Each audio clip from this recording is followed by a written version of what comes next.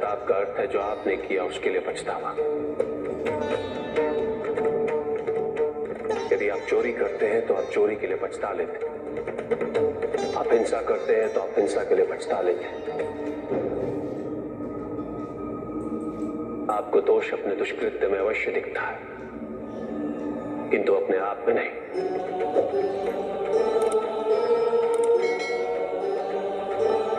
क्योंकि दोष आप अपने से बाहर ढूंढते हैं, उसके कारण अपने से पृथक करके देखना चाहते हैं।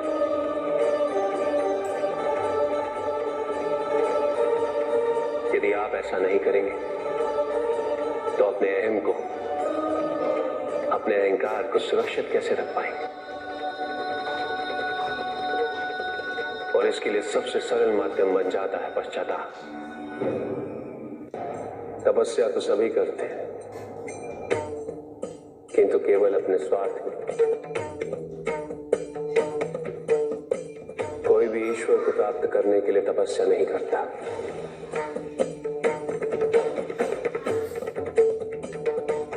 कोई भी तपस्या इसलिए नहीं करता कि उसकी भक्ति उसके आराध्य तक पहुंच जाए।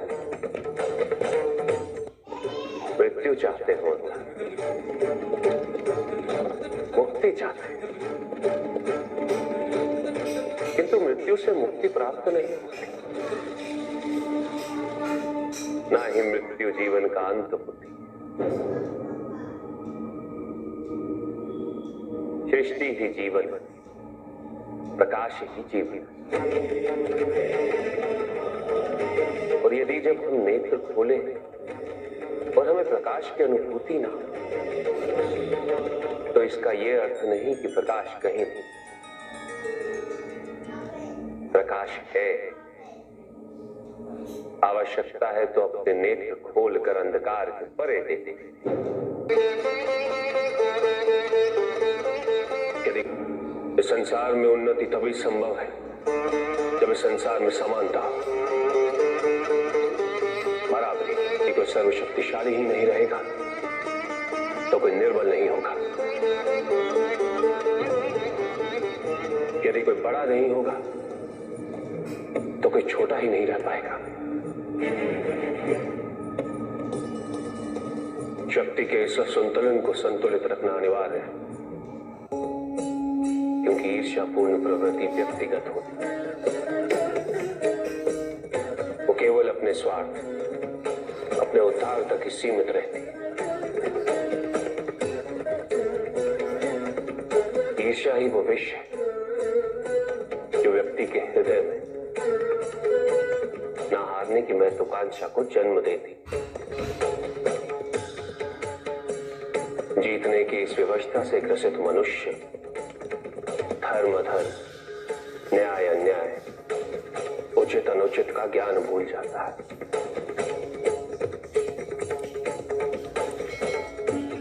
संवेदना करुणा भूल जाता है। उसे स्मरण रहता है तो केवल जीतना, भले ही वो छल कपट के माध्यम से ही क्यों ना हो। एक असुर था, एग्रिप। एक दिन वो ब्रह्मलोक गया।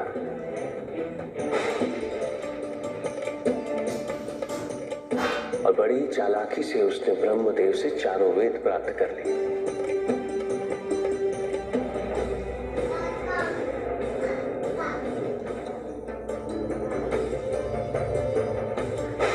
और जाके समुद्र में छुप गया, क्योंकि सारा ज्ञान वेदों में नहीं थे, इसलिए संसार से सारा ज्ञान चला गया। जब अज्ञानता का अंधकार फैलता है तो अधर्म बढ़ने लगता है। भगवान विष्णु सब देख रहे थे। उन्हें ज्ञान था कि शीघ्र पृथ्वी लोक पर प्रलय आने वाला है। एग्रिप के साथ चारों वेद भी लुप्त होने का भय था। ब्रह्मदेव सृजन करता है। वेदों के अभाव में पुनर्जन्म की प्रक्रिया को पुनर्स्थापित करना अत्यंत कठिन। इसीलिए हैग्रीव से उन वेदों को पुनः प्राप्त करना अनिवार्य था। तो भगवान विष्णु ने क्या किया? भगवान विष्णु ने एक मत्स्य रूप धारण किया। वो एक मछली बने और नील में अवतरित। राजा सत्यव्रत स्नान कर रहे थे। एक छोटी सी मछली उनके हाथ में आ गई। इतनी छोटी मछली? भगवान विष्णु? हाँ, राजा सत्यव्रत उस मछली को जल में छोड़ने जा ही रहे थे कि उस मछली ने बड़ी मछलियों का भय जताते हुए उनसे विनती की। उनसे कहा कि वो उसे अपने साथ ले चले। राजा सत्यव्रत अत्यंत दयालु थे। मछली को अपने कमंडल में शरण दे दी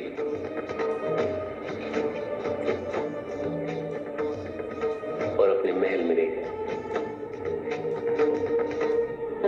किंतु रात भर में मछली इतनी बड़ी हो गई कि कमंडल में रह पाना उसके लिए संभव ही नहीं था। और उसका बड़ा आकार देखने के पश्चात राजा सत्यव्रत ने उसे कमंडल में से निकालकर एक मटकी में डाल दिया।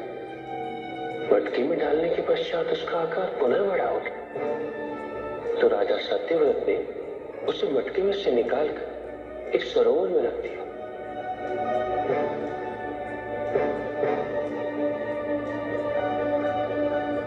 किंतु उस एक ही रात में सरोवर में रखने के पश्चात भी उसका आकार इतना बड़ा हो गया कि उसे नदी में रखना पड़ा। किंतु नदी में रखने के पश्चात भी उसका आकार पुनः बड़ा हो और इतना बड़ा हो गया कि यदि उसे महासागर में नहीं रखा जाता तो उसकी मृत्यु निश्चित थी। राजा सत्यव्रत उसे महासागर की ओर ले गए।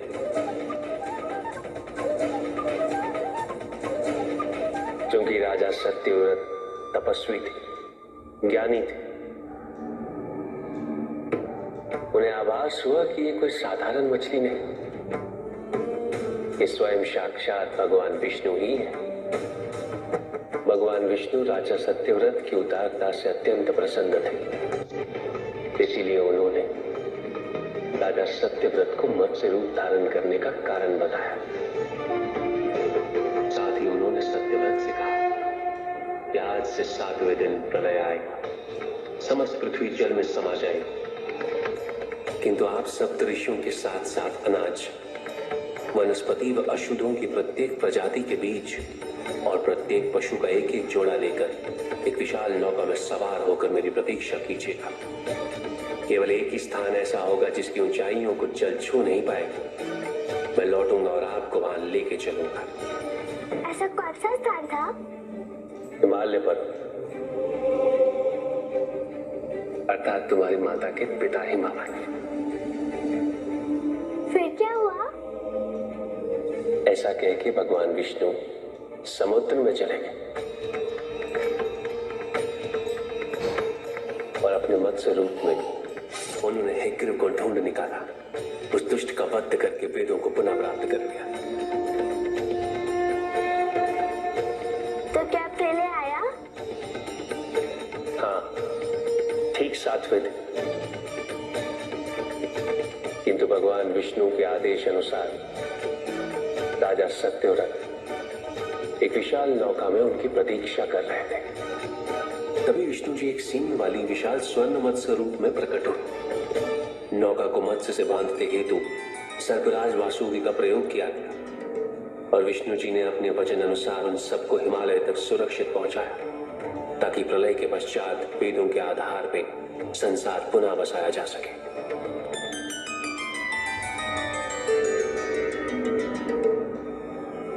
राजा सत्यव्रत मनु कहलाए। मनु अर्थात मानव जाति के प्रजनक। इसी प्रकार भगवान विष्णु ने न केवल वेदों को पुनः प्राप्त कर अपितु समस्त संसार का कल्याण भी। अर्थात भगवान हर संकट में अपने भक्तों की सहायता अवश्य करते हैं।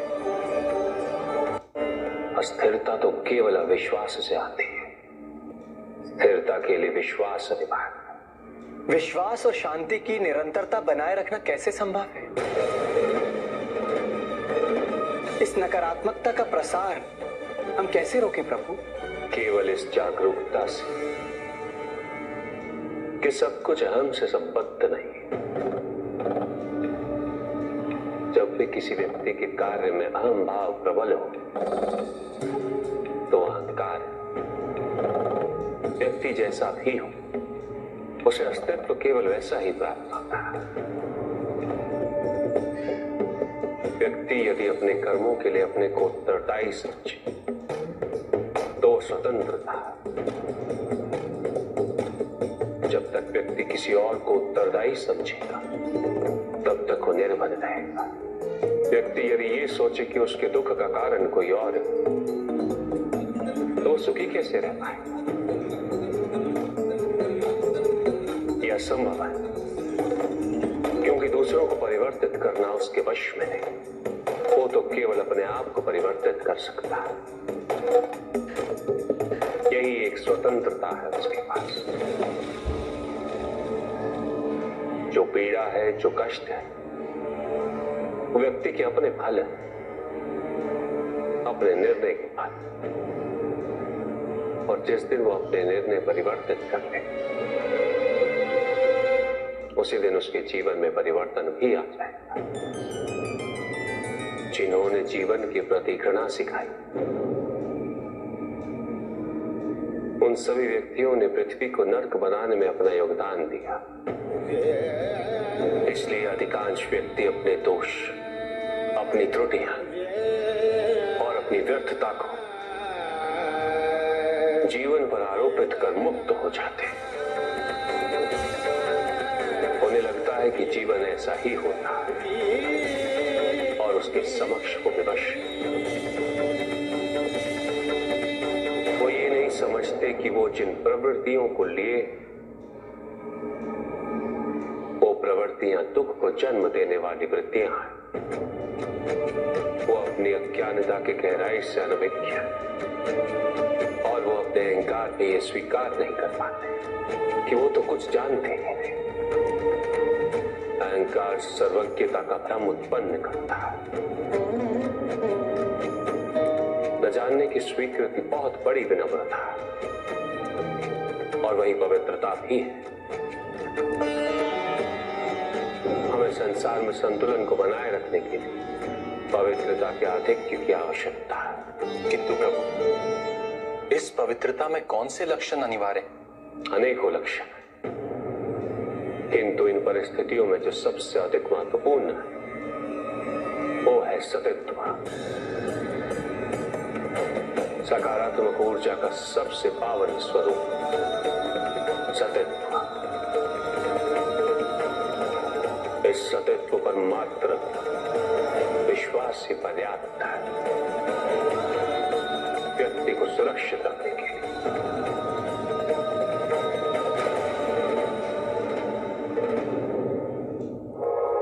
एक बार व्यक्ति सतित्व पर विश्वास कर ले तो नकारात्मकता सदैव के लिए दूर हो जाती है और संतुलन स्थापित होता है। अहंकार तो हानिकारक है ही, किंतु सतित्व पर अहंकार घातक होता है।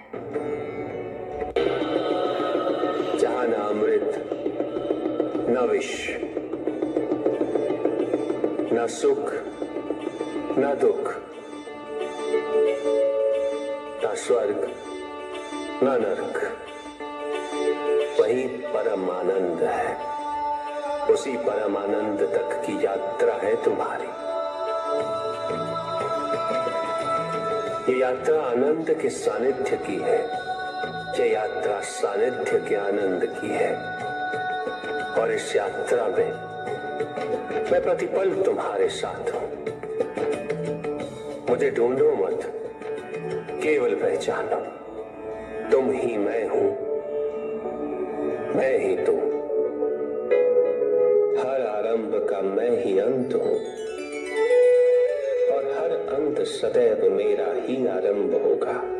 देव देव महादेव शिवा, देव देव महादेव शिवा। चंद्रमा उसी जल में प्रतिबिंबित होता है जो जल शांत है। फिर यही तो समस्या होती है मन की। मन कभी भी शांत नहीं हो पाता। जहां शांति नहीं वहां कुछ भी नहीं रुकता। समुद्र की लहरों की भांति विचारों का उपद्रव मन को निरंतर स्थिर रखता। कुछ भी सुनने और समझने के लिए मन का मौन रहना आवश्यक है, किंतु मन मौन रहना नहीं जानता। वो तो निरंतर कुछ ना कुछ कहता रहता, प्रतिपल शब्दों का आक्रमण चलता रहता है मन पर। और यही आक्रमण है जिसके कारण व्यक्ति कभी भी शब्दों के परे नहीं जा पाता। जहां जीवन की सत्यता का बोध उसकी प्रतीक्षा कर रहा होता है। साथ छल तुम्हारी अपनी इच्छाओं ने किया है, तुम्हारे हट ने किया है, तुम्हारी अपनी सोच ने किया है। ये रहस्य नहीं कि प्रत्येक आत्मा मुक्ति की इच्छुक होती है। जो मरता है वो है पंचभूतों से निर्मित शरीर।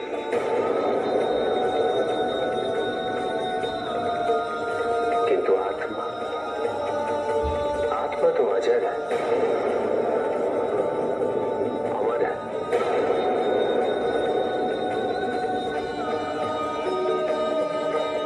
जिसकी यात्रा मोक्ष पर संपूर्ण होती।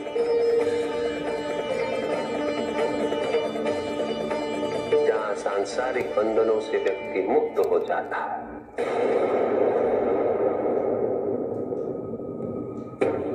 सारी इच्छाएं लुप्त हो जाती। किंतु तुमने तो कभी सत्य की खोज ही नहीं की। तुम तो सदैव उन तत्वों को ढूंढते रहे जो तुम्हारे अहंकार के पोषण हेतु आवश्यक थे।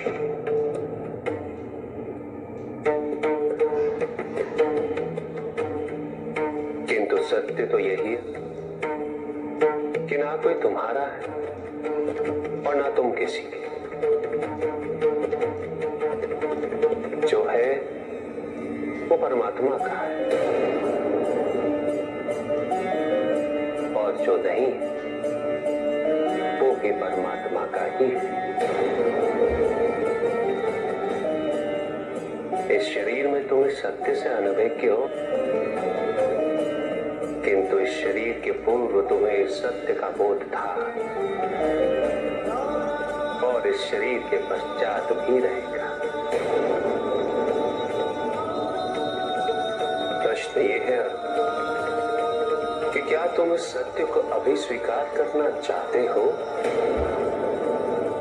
यदि करते हो तो परिवर्तन का मार्ग स्वतः प्रदर्शित हो जाएगा। आजीवन तुम प्रत्यक्ष को ही सत्य मानते रहे। परोक्ष सदैव महत्वहीन रहा। तुम्हारे पास यही अवसर है। भक्ति हेतु यदि कुछ अनिवार्य है तो केवल भक्ति ही।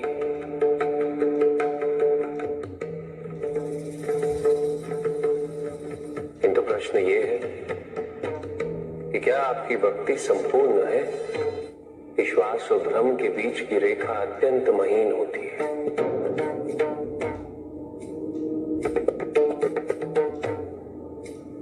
असंख्य व्यक्ति ये नहीं समझ पाते कि उनका विश्वास विश्वास है या भ्रम।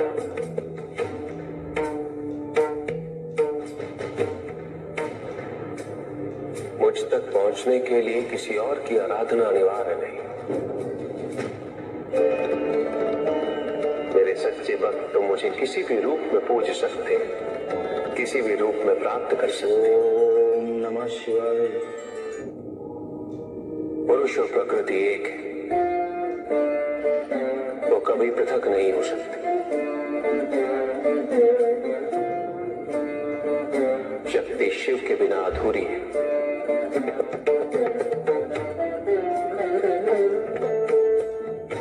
और शिव तो शक्ति के बिना शव के समान है। शिव शक्ति पुरुष प्रकृति का संतुलन सदैव अनर्थकारी सिद्ध हुआ। शरीर में यदि स्त्री तत्वों की ऊर्जा नहीं तो शरीर निर्जीव है।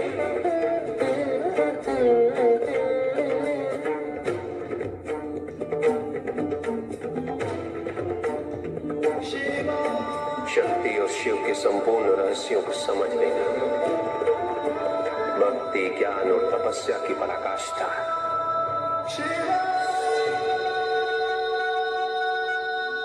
जब ज्ञान के लिए शब्द पर्याप्त रहा, उदाहरण प्रस्तुत करना अनिवार्य हो जाता है।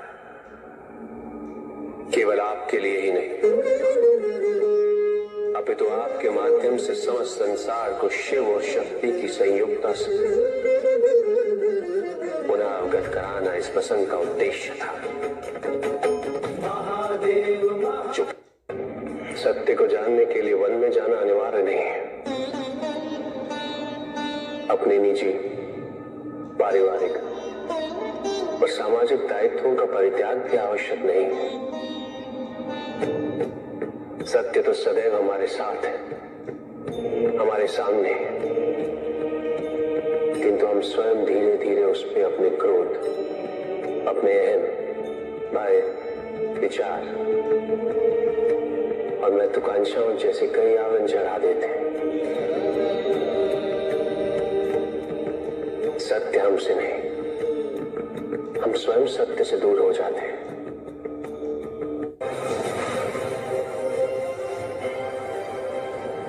ज्ञान का भ्रम अज्ञानता का प्रथम लक्षण है। इस प्रकार भरे हुए पात्र में कुछ नहीं समा था, उसी प्रकार ज्ञान के अहंकार से भरे मन में अधिक ज्ञान नहीं समा था। जहां प्रश्न नहीं वहां जिज्ञासा नहीं, और जहां जिज्ञासा नहीं होती वहां ज्ञान की वृद्धि नहीं हो सकती।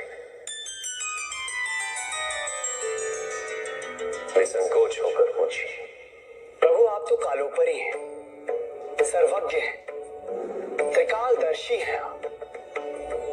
चारों ओर ये जो अज्ञान का अंधकार फैल रहा है, उसमें ज्ञान का मूल अर्थ कहीं ना कहीं खोता जा रहा। मेरा आपसे विनम्र निवेदन है प्रभु, किसी अन्य विषय पर चर्चा आरंभ करने से पूर्व हमारे और इस समस्त संसार के कल्याण और मार्गदर्शन हेतु आप ज्ञान की मूल परिभाषा से एक बार हमें पुनः अवगत करवाएं। ज्ञान और अज्ञान की परिभाषा को स्पष्ट रूप से समझने के लिए ज्ञान और अज्ञान की विशेषताओं का स्मरण करना आवश्यक है,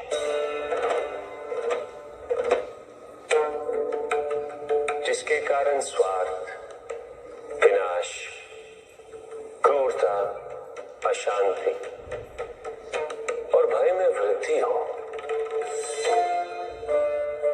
वह ज्ञान है।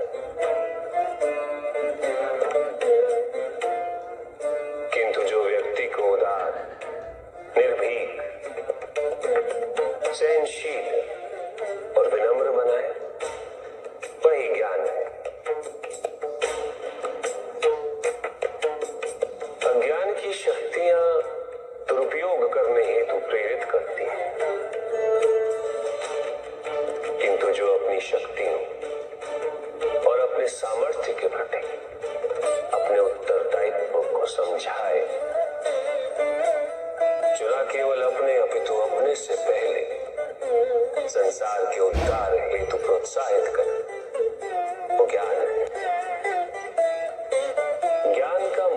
उद्देश्य ही परोपकार है, सृजन है। दूसरों की भावनाओं को समझना, उनका आदर करना, यही ज्ञान है।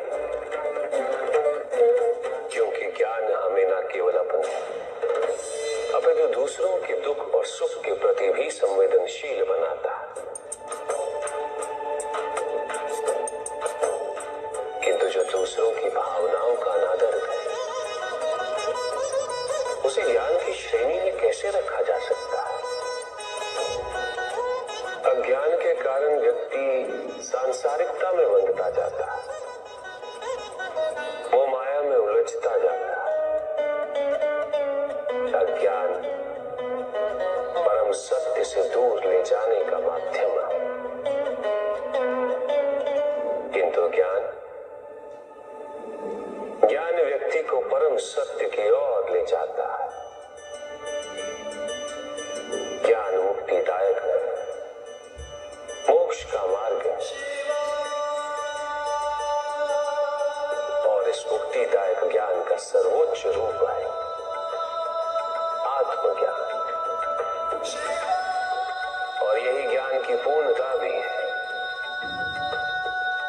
ज्ञान और अज्ञान का भक्ति का उचित मार्ग बताए हमें, ताकि मेरी भांति दूसरा कोई भूल ना करे। भक्ति मुक्ति का आधार है पुष्पधर, और मुक्ति तो केवल समर्पण से ही संभव होगी। और समर्पण के लिए पुष्प नहीं, स्वर्ण नहीं, आभूषण भी नहीं, रत्न नहीं, धन, विधि विधान नहीं, केवल अपने मन को अर्पित